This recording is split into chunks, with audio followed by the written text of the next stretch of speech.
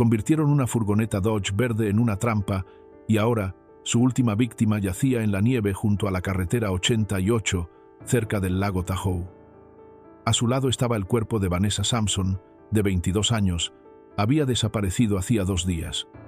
Tenía las muñecas atadas, estaba amordazada y con una cuerda alrededor del cuello. Las marcas en su piel y los objetos encontrados más tarde demostraban que el daño había sido deliberado, planeado mucho antes de esa mañana.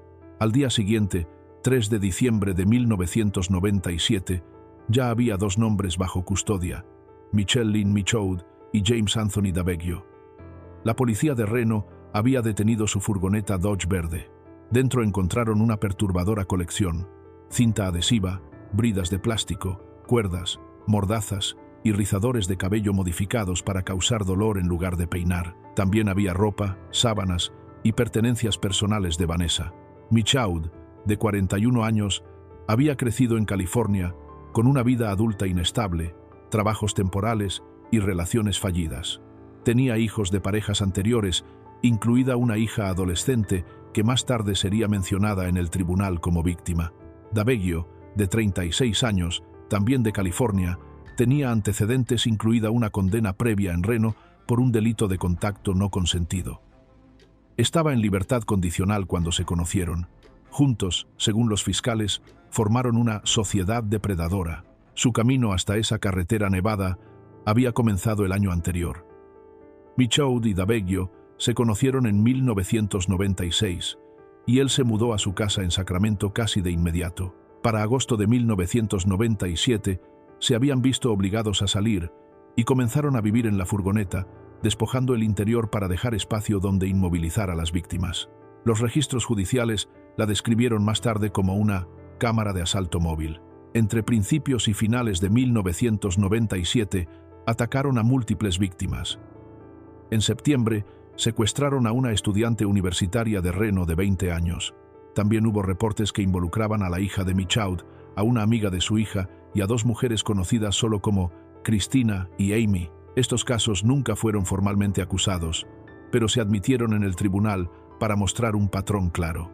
En la mañana del 2 de diciembre, Vanessa caminaba hacia su trabajo en Pleasanton. Daveggio la agarró y la obligó a entrar en la furgoneta mientras Michaud conducía. En Sacramento, Michaud cobró un cheque de asistencia social de $538 antes de dirigirse al este hacia el lago Tahoe.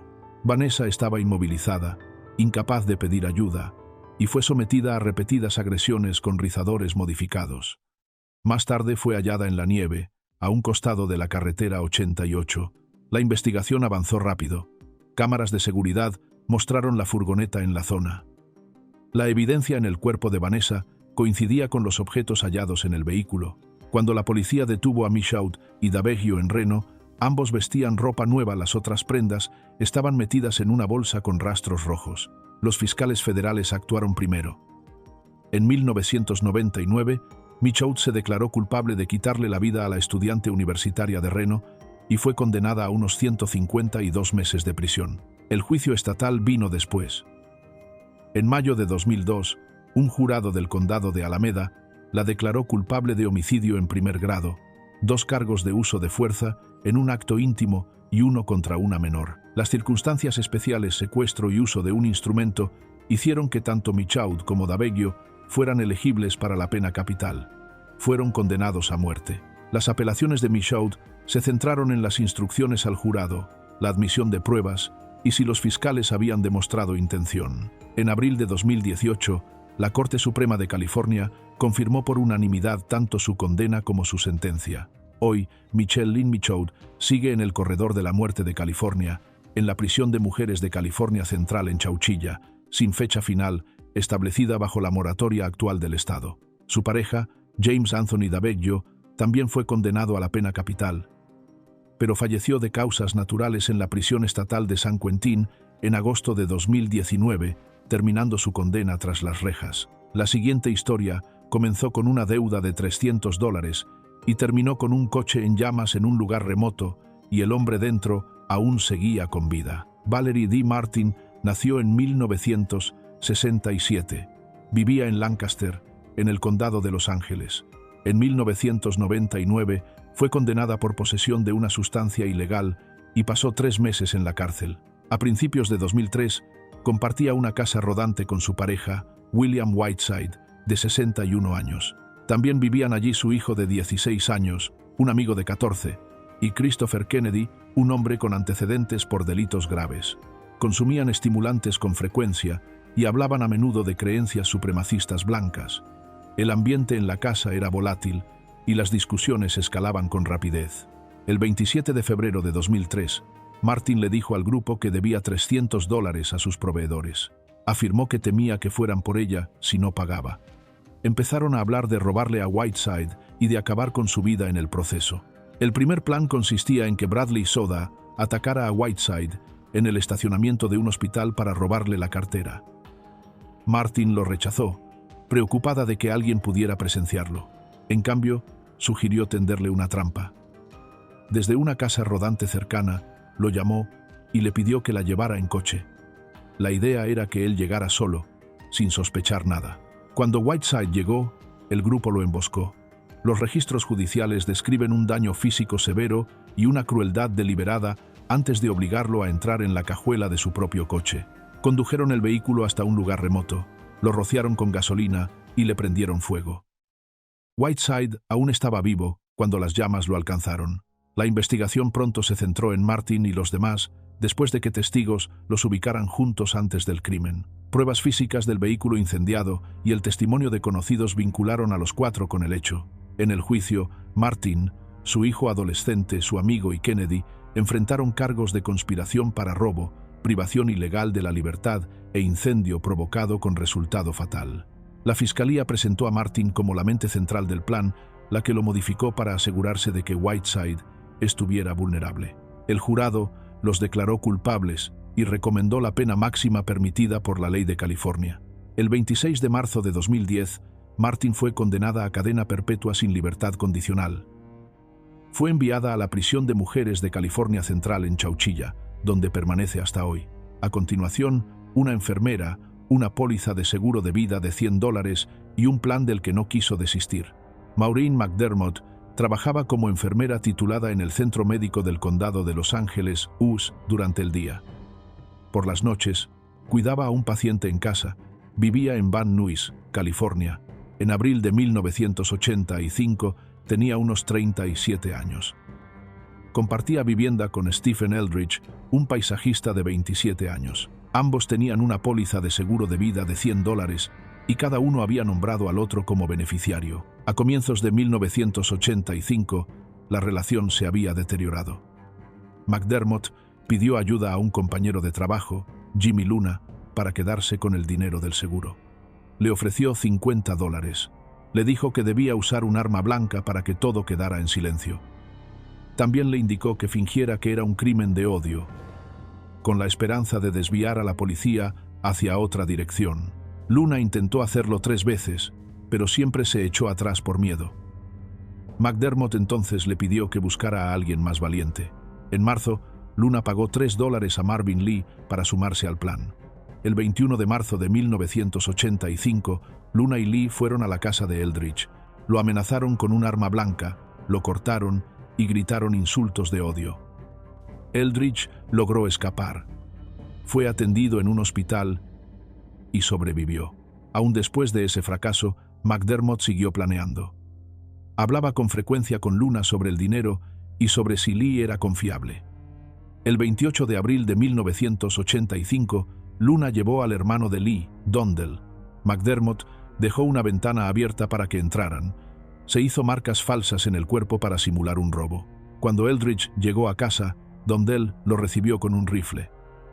Marvin lo presionó por el cuello. Luna lo apuñaló repetidamente. Eldridge no sobrevivió. A petición de McDermott, Luna también le mutiló los genitales después de muerto para reforzar la falsa historia de odio. 2 meses más tarde, la policía arrestó a McDermott. Fue acusada de planear y ayudar en el acto fatal para obtener dinero, además de cargos adicionales por acecho y manipulación de pruebas. El 2 de marzo de 1990, un jurado la declaró culpable. El 3 de abril de 1990, recibió la pena máxima bajo la ley de California. En junio de 1990, Informes señalaron que McDermott, entonces de 42 años, lloró en la corte. Afirmó que nunca había dañado a Eldridge ni ayudado a nadie a lastimarlo. Añadió: «No tengo miedo de morir, pero no quiero que sea en vano. Yo no dañé a Stephen Eldridge». Su caso llegó a la Corte Suprema de California. En agosto de 2002, esa corte confirmó su condena. En 2003, la Corte Suprema de Estados Unidos se negó a revisarlo. En apelaciones posteriores, argumentó que la Fiscalía había actuado injustamente al citar versículos bíblicos como «no matarás». En 2023, los jueces rechazaron su solicitud nuevamente. Un informe de un proyecto de periodismo carcelario señaló que McDermott ahora está en sus 70 y tantos años. Ha pasado 37 años bajo esa pena máxima y ha sido trasladada a la población general. Ahora, ¿qué pasa con la esposa que organizó un tiroteo en su propio taller? Catherine Thompson vivía en West Hills, California. Estaba casada con Melvin Tom Thompson, un mecánico de 49 años dueño de un taller en Santa Mónica. Tom era muy conocido en la comunidad por su ética de trabajo. Catherine, por su parte, tenía una póliza de seguro de vida sobre él de hasta $400. Tras bambalinas, sus finanzas se estaban desmoronando. Había tomado dinero de su lugar de trabajo y montado negocios falsos para conseguir ingresos extra. Los viajes de juego empeoraron aún más la situación. A mediados de 1990, el matrimonio estaba deteriorado y las deudas de Catherine crecían. El 14 de junio de 1990, Tom estaba en el baño de su taller cuando recibió un disparo. La herida fue fatal. Los investigadores determinaron más tarde que Catherine había organizado el ataque, contratando a Philip Sanders para que lo llevara a cabo y así poder cobrar el seguro. Su comportamiento posterior levantó sospechas de inmediato. Poco después de la muerte de Tom, pidió a una amiga que recogiera sus joyas de la funeraria. Las empeñó y usó el dinero para un viaje de apuestas a Laughlin, Nevada. Testigos declararon más tarde que hablaba abiertamente sobre cómo usaría el dinero del seguro. La investigación reveló registros telefónicos que vinculaban a Catherine con Sanders en los días previos al tiroteo. Testimonios de conocidos sugirieron que había hablado de deshacerse de Tom y dividirse el dinero del seguro. Los detectives señalaron que el caso mostraba claros signos de planificación: la póliza, el lugar elegido y el esfuerzo por beneficiarse rápidamente después. En 1992, Catherine fue a juicio. Enfrentó cargos de homicidio en primer grado, conspiración y la circunstancia especial de haber cometido el acto por beneficio económico, una acusación que permitía a los fiscales buscar la pena más dura. Su coacusado, Sanders, fue juzgado junto a ella. El 15 de septiembre de 1992, el jurado la declaró culpable de todos los cargos y confirmó la circunstancia especial de beneficio económico. El 28 de septiembre, el juez impuso la máxima sentencia bajo la ley de California. Ella apeló ante la Corte Suprema de California, argumentando que su juicio no había sido justo porque fue juzgada junto a Sanders y alegando que los fiscales habían trabajado demasiado cerca del abogado defensor de él. En diciembre de 2016, la Corte rechazó sus argumentos, dejando tanto la condena como la sentencia intactas. Catherine Thompson permanece en prisión estatal, cumpliendo esa sentencia máxima, décadas después del complot que terminó con la vida de su esposo. Ahora, ¿qué puede llevar a una mujer a usar una katana contra toda su familia? Y si encuentras importantes historias como estas, considera suscribirte para más. La calma en Rowland Heights, en agosto de 2007, no duró. Manling St. Williams tenía unos 31 años en ese entonces. Tomó una katana y atacó a su esposo Neal mientras dormía. Neal sufrió más de 90 heridas. Sus dos pequeños hijos, Devon, 7, e Ian, 3, estaban en la habitación de arriba. Una almohada fue usada para cubrirles el rostro hasta que dejaron de respirar. Después de todo, Manling llamó a la policía. Dijo que había salido de compras y que al volver encontró a su familia muerta. Antes de esa noche, los vecinos pensaban que su calle era tranquila. Familiares y amigos describían a Neal y Manling como un matrimonio estable y feliz. Se habían conocido, luego nació Devon, se casaron y después llegó Ian. Algunas personas dicen ahora que un viejo amigo de Manling la presionaba para que dejara a Neal. Ese alguien pudo haber influido en sus decisiones. Los investigadores luego explicaron cómo Manling esperó a que todo quedara en silencio. Entonces subió las escaleras. Primero presionó una almohada sobre el rostro de Devon. Permaneció allí hasta que dejó de respirar. Luego subió a la litera de Ian e hizo lo mismo con él. Después buscó el perfil en línea de su viejo amigo. Salió de la casa un rato. Cuando volvió, eligió la espada más pesada y afilada que tenía. Fue la que usó contra Neyal. En el juicio, sus abogados alegaron que ella había explotado tras una pelea. Dijeron que llevaba años soportando críticas duras en casa y que tenía dificultades para aprender. También afirmaron que había sufrido maltratos en el pasado. En noviembre de 2010, un jurado encontró a Manling culpable de 3 cargos de homicidio intencional. También coincidieron en que lo había planeado con antelación y que fue contra más de una persona. El jurado no logró ponerse de acuerdo sobre si darle cadena perpetua sin libertad condicional o la pena más severa. 8 jurados apoyaban la máxima pena. El 20 de enero de 2012, un juez le impuso la sentencia más dura disponible. Es una de las 20 mujeres en California que cumplen ese nivel de castigo.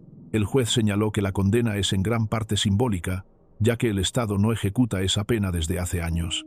Cherry Lash Rhodes dirigía Cedarville Rancheria, una pequeña comunidad nativa de unas 35 personas. Administraba la gasolinera y la tienda de la tribu. Los vecinos decían que se imponía sobre los demás para salirse con la suya. Muchos la consideraban difícil de tratar. Había vuelto a Cedarville con su hermano y su hijo pequeño unos 20 años antes. Con el tiempo, fue aumentando su influencia en la política tribal. Luego su hermano, Rurik Davis, asumió el cargo de presidente. Esto ocurrió durante una revisión de fondos de subvenciones desaparecidos. Más de $50,000 no pudieron ser rastreados. Además, Rurik planeaba desalojar a Cherry y a su hijo de la vivienda tribal. Las tensiones familiares eran muy altas. El 20 de febrero de 2014, el Consejo Tribal celebró una reunión en alturas. El objetivo era desalojar a Cherry y a su hijo. En esa reunión, todo se salió de control. Rhoades sacó una pistola de 9 milímetros. Abrió fuego. 4 personas perdieron la vida. Entre ellas estaban su hermano Rurik, de 50 años, su sobrina Angel, de 19, su sobrino Glenn, de 30, y la administradora de la oficina tribal, Sheila, de 47. Otras 2 personas resultaron gravemente heridas. Cuando se le acabaron las balas, tomó un utensilio de cocina afilado. Lo usó contra uno de los heridos. En medio del caos, un testigo cubierto de sangre logró escapar. Corrió hasta la estación de policía cercana para pedir ayuda. Los agentes llegaron y encontraron a Rhoades afuera, aún con el arma blanca en la mano. Un empleado de la tribu la derribó. La policía la detuvo. Muchos se preguntaban qué la había llevado a tal acto. Algunos decían que temía perder el poder. Otros que tenía miedo de ser culpada por el dinero perdido. El enojo, el pánico y la vergüenza pudieron haber influido. Rhoades enfrentó cargos graves. Incluían 4 por homicidio, 2 por intento de homicidio y otro por poner en riesgo a un menor, ya que Angel tenía a un bebé en su regazo durante el tiroteo. Rhoades se declaró inocente. Regresó a la corte para las primeras audiencias. En diciembre de 2016, un jurado la declaró culpable. Recomendaron que recibiera la máxima sentencia. En abril de 2017, un juez del condado de Modoc estuvo de acuerdo. Le impuso esa condena y agregó 150 años de prisión por los demás cargos. No se le dio crédito por el tiempo ya cumplido. También se le ordenó pagar unos $64 en multas. Este caso es extremadamente raro. Ella es una de las poquísimas mujeres en la historia moderna de Estados Unidos en recibir una condena tan severa por quitar múltiples vidas en un solo hecho. Rosie Alfaro creció en Anaheim, California. Su padre tenía serios problemas con el alcohol. La vida en su hogar era dura. A los 12 años comenzó a consumir sustancias fuertes. A los 14 empezó a intercambiar su cuerpo por dinero para mantener su adicción. Un año después, tuvo a su primer hijo. A los 18 ya era madre de 4 y completamente dependiente de las drogas. El 15 de junio de 1990, Autumn Wallace, de apenas 9 años, esperaba sola en casa a que su madre regresara del trabajo. Rosie conocía a la familia a través de la hermana mayor de Autumn. Tocó el timbre diciendo que necesitaba usar el baño. Creía que no había nadie en la casa, pero al encontrarse con Autumn se asustó. Temió que la niña pudiera contarle a alguien sobre un robo que planeaba cometer. Desesperada por dinero, Rosie tomó un cuchillo de cocina. Llevó a Autumn al baño y allí le quitó la vida de forma brutal. Los reportes dicen que la atacó 57 veces. Después registró la casa, se llevó joyas y aparatos electrónicos que luego vendió por unos $240–300 para conseguir más drogas. Los investigadores le preguntaron por qué lo había hecho. Rosie dijo que Autumn la había reconocido y que no podía dejar testigos. Aseguró: «Algo se apoderó de mí. No lo sé». Más tarde inventó que un desconocido la había obligado a hacerlo, pero nunca hubo pruebas de eso. Los fiscales y detectives confirmaron que nadie más estuvo involucrado. En marzo de 1992, un jurado declaró a Rosie culpable de homicidio en primer grado bajo 2 circunstancias especiales: durante un robo en vivienda y durante un hurto. También fue hallada culpable de allanamiento, robo y uso de un arma blanca. El jurado inicialmente se dividió 10-2 sobre si debía recibir la condena más dura. La fase de sentencia terminó sin decisión. Un segundo jurado recomendó la pena máxima y el juez estuvo de acuerdo. Con apenas 20 años, se convirtió en la primera mujer en el condado de Orange en recibir esa sentencia y una de solo 3 mujeres en California en esa situación en ese entonces. Rosie apeló en 2007.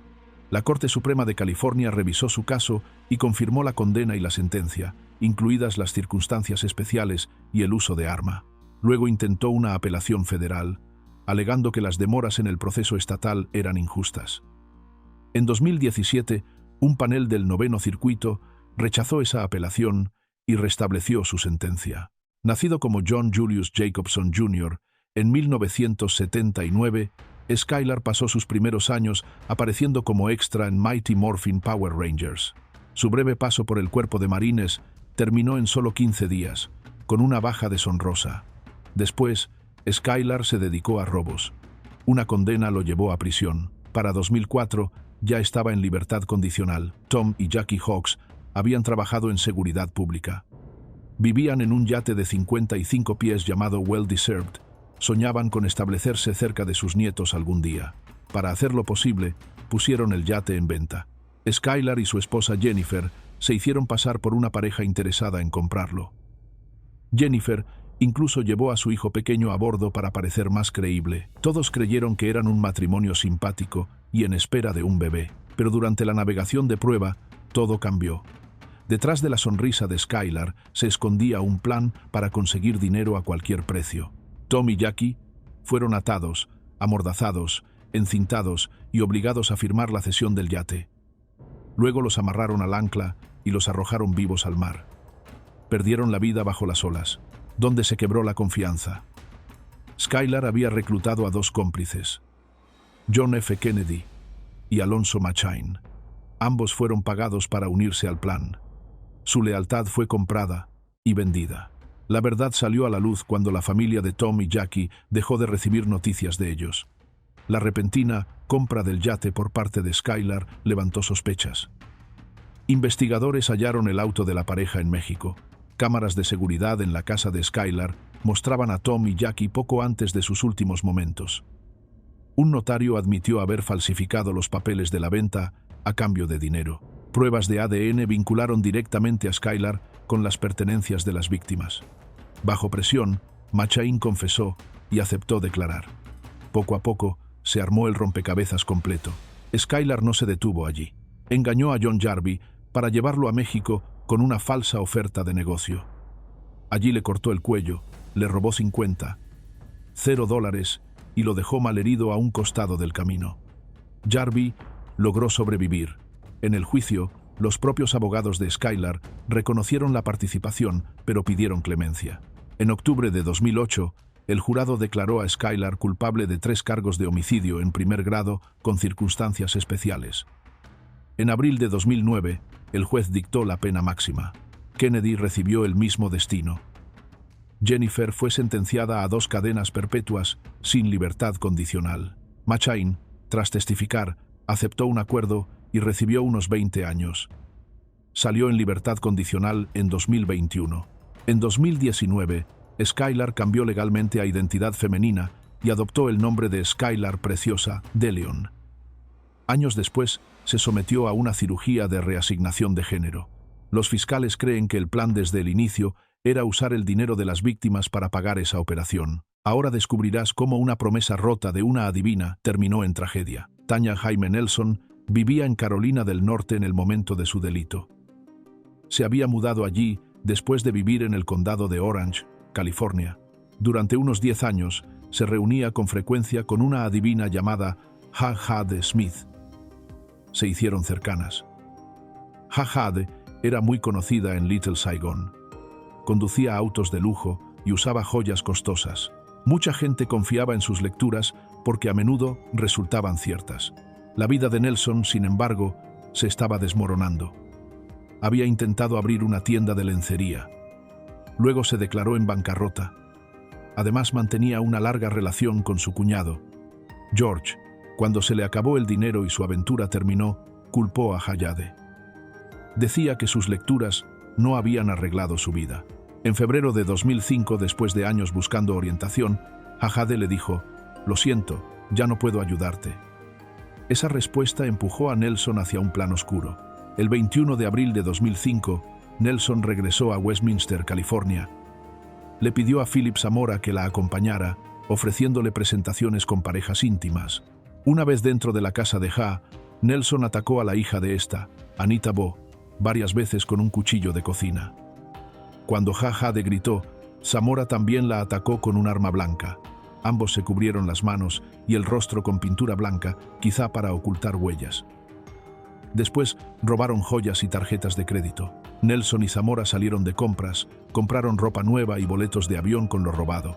Uno podría preguntarse cómo alguien que confió tanto tiempo en una vidente pudo volverse tan agresiva. Nelson había perdido la fe en los consejos de Jade.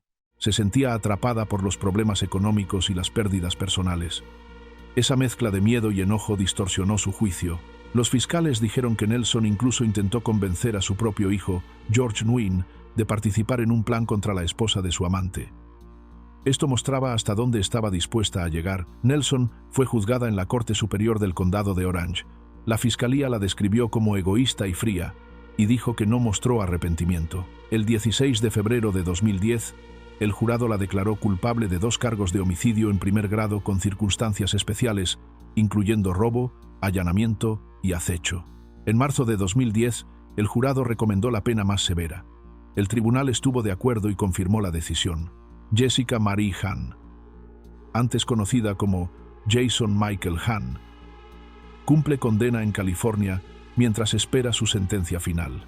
A principios de 2002, cuando tenía unos 27 años, puso fin a la vida de su hija Montana, de 2 meses. Le envolvió la cabeza con cinta adhesiva, selló el cuerpo en un contenedor y lo dejó en un tráiler de almacenamiento en Arkansas. Los restos fueron descubiertos después de que se vencieran los pagos de la unidad. Este no fue su primer delito. En 1999, en Vermont, había acabado con la vida de su hijo Jason, de 6 semanas. Su cuerpo fue hallado más tarde en una unidad de almacenamiento en Arizona. Mientras estaba bajo custodia, cambió legalmente su nombre de Jason Michael Hahn a Jessica Marie Hahn. La secuencia comenzó con la muerte de su hijo en 1999. Solo tenía 6 semanas cuando sufrió lesiones fatales. Sus restos se guardaron en una unidad alquilada por Hahn y la madre del bebé. Años después, los investigadores recuperaron el cuerpo. En febrero de 2001, Hahn ya había lastimado a su hija Montana, provocándole fracturas en el cráneo. Después de su muerte, envolvió el cuerpo en plástico, lo colocó en un contenedor sellado y lo guardó en Arkansas. Las autoridades rastrearon los restos de la bebé a través de una subasta de la unidad de almacenamiento. En abril de 2002, arrestaron a Hahn y a la madre de los niños, Chrissy Werns, en Maine. En ese momento, la pareja cuidaba de otro bebé que presentaba graves lesiones, pero sobrevivió. Ese niño fue luego adoptado. Hahn primero se declaró no contest en Vermont por la muerte de su hijo, aceptando un cargo de homicidio en segundo grado. Recibió una condena de 27 a 30 años. Después fue trasladada a California por el caso de su hija. En diciembre de 2013, un jurado la declaró culpable de homicidio en primer grado, tomando en cuenta su condena previa. En febrero de 2014, con unos 40 años, un juez de Riverside le impuso la pena más alta posible. Lorraine Hunter vivía en Moreno Valley, California. Compartía su casa con su esposo, Albert Thomas, y su hija adolescente, Brianna Lashanae Hunter. Albert tenía 56 años, conducía camiones de corta distancia y también trabajaba medio tiempo como dependiente en AutoZone. Antes de Albert, Lorraine había estado casada con Allen Brown. En 1996, Allen recibió un disparo en la espalda en Inglewood. Ese caso nunca se resolvió. Lorraine recibió alrededor de $300 del seguro de vida. Durante su juicio años más tarde, la gente notó similitudes entre el caso de Allen y lo que le ocurrió a Albert. El dinero se convirtió en un problema central en el hogar. Los investigadores descubrieron que Lorraine falsificó la firma de Albert en varios formularios de seguro de vida. Se nombró a sí misma como beneficiaria. Contrató al menos 3 pólizas por un valor de más de $1 millón. Incluso intentó cobrar ese dinero inmediatamente después de la muerte de Albert. Ese movimiento levantó sospechas. Brianna dijo que su madre hizo varios intentos de dañar a Albert. Lo siguió con un arma. En los 2 meses previos al incidente fatal, Lorraine lo intentó 3 veces. Cada vez, transeúntes la detuvieron. Brianna luego dijo: «Teníamos que resolver algo. Necesitábamos el dinero». Esa necesidad impulsó las acciones de su madre. En la noche del 3 de noviembre de 2009, los 3 fueron al camión de Albert. Albert subió al compartimento de descanso para agarrar una sudadera para Brianna. Lorraine y Brianna se quedaron en el asiento delantero. Cuando Albert se arrodilló dentro, Lorraine sacó un arma que había tomado de una anciana miembro de la iglesia. Disparó 4 veces contra su espalda, 2 balas cerca de la cabeza y 2 en la parte superior de la espalda. Su cuerpo quedó inmóvil en esa posición arrodillada. Huyeron con ayuda de un familiar. El caso se enfrió hasta que ese pariente, arrestado por otro asunto, le contó a los investigadores sobre la participación de Lorraine y Brianna. Luego, Brianna admitió que ayudó a falsificar los formularios de seguro y confirmó el plan. Lorraine fue arrestada en 2011.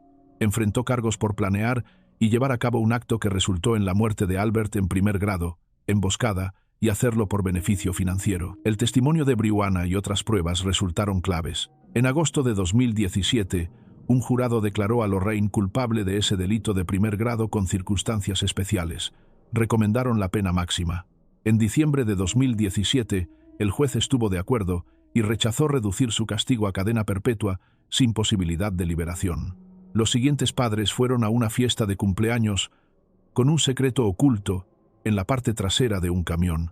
El hijo menor de Belinda Magaña, Malachi, tenía 2 años. Miembros de la familia después dijeron que fue concebido mediante un acto no consensuado y que Magaña lo trataba de manera diferente a su hijo mayor. Vecinos y parientes notaron que a menudo mostraba poca paciencia con él. Del 4 al 9 de mayo de 2009, Malachi sufrió un maltrato creciente dentro del apartamento que Magaña compartía con su pareja, Naresh Michael Narine. En un momento, Narine le vertió agua casi hirviendo, provocándole quemaduras de primer y segundo grado en gran parte de su cuerpo. Nadie buscó ayuda médica. Malachi lloró de dolor durante horas. Narine también lo golpeó con un cinturón y se escuchó a Magaña gritándole en lugar de consolarlo. En otro incidente, Magaña lo agarró del brazo y lo arrojó con tanta fuerza sobre un sofá que creyó haberle roto o dislocado el brazo. Aún así, ninguno de los 2 adultos lo llevó a un médico. El 9 de mayo, Narine se enfureció al escuchar los quejidos de Malachi. Mientras Magaña seguía durmiendo, él golpeó al pequeño varias veces. Cuando ella despertó, encontró a su hijo envuelto en una manta y apenas respirando. Momentos después, ya había fallecido. En lugar de pedir ayuda, Narine colocó el cuerpo de Malachi en una bolsa, lo cargó en su camión y se unió a Magaña y a su hijo mayor en un viaje a una fiesta de cumpleaños en Apple Valley. Al día siguiente, condujeron a las montañas de San Bernardino y enterraron a Malachi en una tumba poco profunda cerca de Little Creek. Después del entierro, asistieron a una reunión familiar en Lincoln Park, en Corona. Allí dijeron a sus parientes que Malachi se había extraviado o que alguien lo había llevado. Las contradicciones en su relato despertaron sospechas. Los detectives comenzaron a presionar, notando la falta de urgencia de la pareja por buscar al niño. Bajo interrogatorio, Magaña finalmente llevó a los investigadores al lugar del entierro. Los equipos de búsqueda recuperaron el cuerpo de Malachi, confirmando las graves lesiones y quemaduras que luego se describieron en el juicio.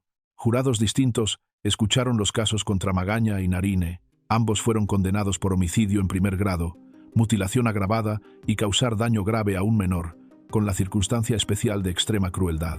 En mayo de 2015, con 29 años, Magaña fue sentenciada a pena capital en el condado de Riverside. Narine recibió la misma condena. Ambos permanecen en el corredor de la muerte en California. Kathy Lynn Sarinana era la cuñada de Ricky Morales. Ella y su esposo, Raúl, se hicieron cargo de él. Kathy tenía 28 años cuando la policía llegó a su casa en Corona, California. El 25 de diciembre de 2005, su sobrino de 11 años, Ricky Carlos Morales, fue hallado sin vida dentro de un armario en el dúplex donde vivían. Raúl llamó a la policía y dijo: «Lastimé al niño y puede que ya no esté vivo». El examen médico mostró fuertes lesiones internas. También reveló muchas heridas superficiales que coincidían con marcas de algo parecido a un cable eléctrico. Había quemaduras antiguas de cigarrillos y un daño grave en su zona íntima. Al día siguiente, los oficiales buscaron en el exterior. Descubrieron los restos del hermano de 13 años del niño, Conrad Morales, enterrados en concreto cerca de la casa. Los investigadores creen que Conrad había fallecido meses antes, posiblemente en Washington, y que luego lo ocultaron en el concreto dentro de la propiedad de los Sarinana. En el juicio, los fiscales presentaron pruebas de un maltrato y negligencia de largo plazo. Dijeron que los abusos se habían intensificado con el tiempo hasta provocar la muerte de los niños. Usaron entradas del diario de Conrad para mostrar cómo era la vida en casa, su creciente frustración, dolor y cansancio. La defensa argumentó que Raúl estaba bajo un estrés extremo y tomando medicación fuerte. Afirmaron que nunca tuvo la intención de que los niños murieran. Al final, tanto Kathy como Raúl fueron declarados culpables de la muerte de ambos hermanos. Los jurados eligieron el castigo más severo de la ley para los dos. El tribunal estuvo de acuerdo y les impuso la sentencia máxima disponible. La siguiente víctima desapareció de Las Vegas, solo para reaparecer 2 semanas después en la zona más remota del condado de Riverside. Jane Marie Snyder era una joven de Rialto, California. Nació en 1980 y tenía unos 21 años cuando sucedió todo. En algún momento de su vida, conoció a Michael Forrest Thornton. Él había sido dueño de un salón de belleza, pero más tarde cayó en una fuerte dependencia de sustancias ilegales. Conoció a Janine cuando ella se había escapado de casa. Con el tiempo, se convirtió en su novia y después lo acompañó en hacer cosas muy dañinas contra otros. En abril de 2001, ambos se cruzaron con una joven de 16 años llamada Michelle Curran. Ella era estudiante de secundaria y vivía en Las Vegas. Michelle desapareció y fue llevada ilegalmente a California. Mientras estuvo retenida allí, Michelle sufrió un trato brutal. Le dieron sustancias dañinas, la mantuvieron atada y la amenazaron con objetos peligrosos. También fue maltratada de formas que la afectaron gravemente tanto física como emocionalmente. Todo esto duró alrededor de 2 semanas. Durante ese tiempo, ella no intentó escapar. Lo más probable es que estuviera demasiado asustada, amenazada o sintiera que no había salida. Estaba completamente aislada. Nadie vino a ayudarla y no tenía manera de contactar a alguien. El 17 de abril de 2001, Michelle fue encontrada en condiciones terribles. Su cuerpo apareció sin ropa en un cobertizo o en un viejo remolque para caballos, ubicado en una propiedad remota en el área de Ruby Doo, condado de Riverside, California. Estaba claro que había sido lastimada de forma severa. Al final, fue Janine quien cometió el acto final, pero no lo hizo sola. Seguía instrucciones directas de Thornton. Mientras Michelle estaba inmovilizada, Janine se acercó y usó un arma contra ella. Ese momento mostró hasta dónde había llegado Janine en esa situación. Poco después de que se encontrara el cuerpo de Michelle, tanto Janine como Thornton fueron detenidos. Se les acusó de varios delitos muy graves, incluyendo privación ilegal de libertad, causar daños físicos y emocionales de largo plazo y allanamiento con malas intenciones. Fueron juzgados por separado. 2 jurados distintos escucharon todos los detalles. En marzo de 2006, ambos fueron declarados culpables. Janine fue condenada no solo por sus actos, sino también por la manera en que actuó junto a Thornton. Los cargos incluían lesiones graves, privación ilegal y participación en actos no consentidos. Otros cargos añadieron el uso de un arma y la responsabilidad de causar heridas profundas. Una segunda parte del juicio se llevó a cabo para decidir el castigo. En junio de 2006, el jurado formado por 6 hombres y 6 mujeres decidió que tanto Janine como Thornton recibirían la pena máxima prevista por la ley. En septiembre de 2006, el juez Paul Zellerbach hizo oficial esa sentencia. Janine recibió una condena que significaba que nunca saldría de prisión. Era la consecuencia de su participación en lo que le ocurrió a Michelle, alguien aún tan joven, cuya vida fue arrebatada demasiado pronto. Cynthia Lynn Kaufman nació en 1962 en St. Louis, Missouri. Su infancia fue inestable. Su padre abandonó a la familia cuando ella era pequeña. Su madre tuvo dificultades para cuidar de los hijos y en un momento incluso intentó darlos en adopción. Cuando Cynthia cumplió 18 años, se casó y tuvo un hijo, pero ese matrimonio no duró mucho. Más tarde, se mudó al oeste de Estados Unidos. Allí conoció a James Gregory Marlowe, quien acababa de salir de la cárcel. Ambos se acercaron rápidamente. Empezaron a consumir sustancias fuertes juntos, se casaron y pronto se involucraron en una serie de actos delictivos que se extendieron por California y quizás incluso a otros estados. En el otoño de 1986, entre octubre y noviembre, Cynthia y James fueron acusados de atacar a 4 mujeres diferentes. La primera fue Sandra Neary, de 32 años, de Costa Mesa. Desapareció el 11 de octubre. Luego, Pamela Simmons, de 35 años, de Arizona. Eso ocurrió el 28 de octubre. Después, Corina Novis, una joven de 20 años de Redlands, desapareció el 7 de noviembre. Finalmente, Lynelle Murray, de 19 años, de Huntington Beach, fue vista por última vez el 12 de noviembre. Tan solo 2 días después, el 14 de noviembre de 1986, Cynthia y James fueron arrestados. Tras ser detenida, Cynthia admitió haber estado involucrada. Sin embargo, aseguró que no actuaba por cuenta propia. Declaró que James era extremadamente controlador